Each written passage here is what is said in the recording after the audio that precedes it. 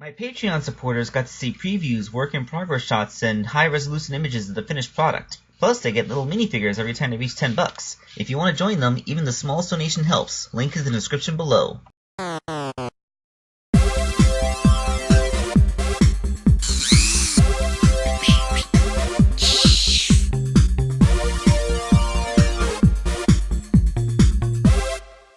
Hello out there, this is WakeAngel2001 coming at you with a commission for Chaoshog17, Chaos Zero. Now, Chaos Hog wanted me to do something different from my previous Chaos Zeros. You see, most of the time that I've been making him, I've been basing off of this. It's his model from the Sonic Adventure 2 multiplayer mode, but Chaos Hog really wants him to look like this. This is what he looked like in Sonic Forces, which, in retrospect, is actually more accurate to the way he looks in the original Sonic Adventure game. So, he's more slim and svelte. That means that the base figure wouldn't be Sonic the Werehog this time. It would be Knuckles. The thing is, there was a little bit of miscommunication, and he sent me a Chumi Knuckles. Now, I hadn't told anyone at the time, but I really can't work with this figure for making any kind of customs.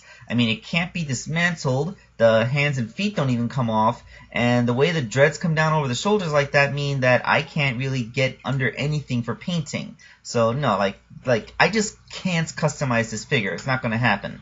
So, he sent me a proper Jazzwares Knuckles figure, which I was able to dismantle down like this, and we were able to go ahead with the project.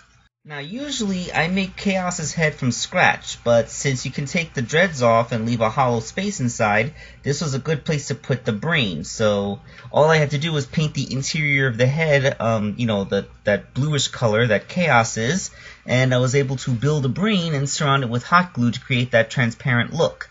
Once the brain was inside, I completely sculpted all the details of Chaos's head around him. Those two things on the back of his head, I hesitate to call them spines because they're made out of water, are made from Silver's big old spines, which are the perfect size and shape, coincidentally. And painted up, you see a nice little Chaos head. I made the eyes more yellow this time to match the, the Forces artwork. I should have moved the brain a little bit more forward because such a thick layer of hot glue makes it difficult to see in there. It's kind of just a pink blur. You can't really see the real definition. But, nothing's perfect when it's made by hand. That's what makes him special and unique.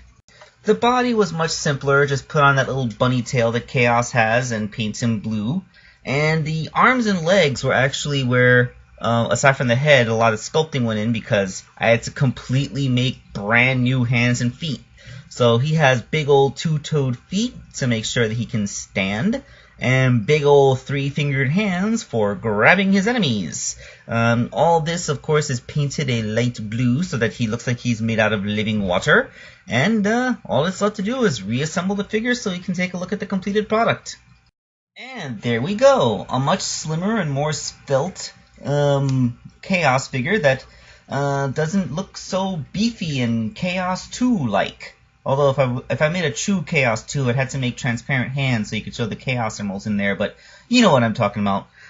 He's slimmer. He doesn't have those huge arms that Chaos 2 had, which is what the consequence of using the Werehog figure. So with this, we are finally done with all the little figures that I've made for Chaoshog17. He does have one more thing coming, but it's not a regular figure. And some people might point out that I made him more than 4, and I said there's a limit of 4. But he wanted the hard-boiled heavies, which is inherently a 5-man team. And then he just added one more, so it'll be an even number. So I made the exception. I can make the exceptions whenever I want. So thank you all for watching. We'll see you next time. This is WakeAngel2001, signing off.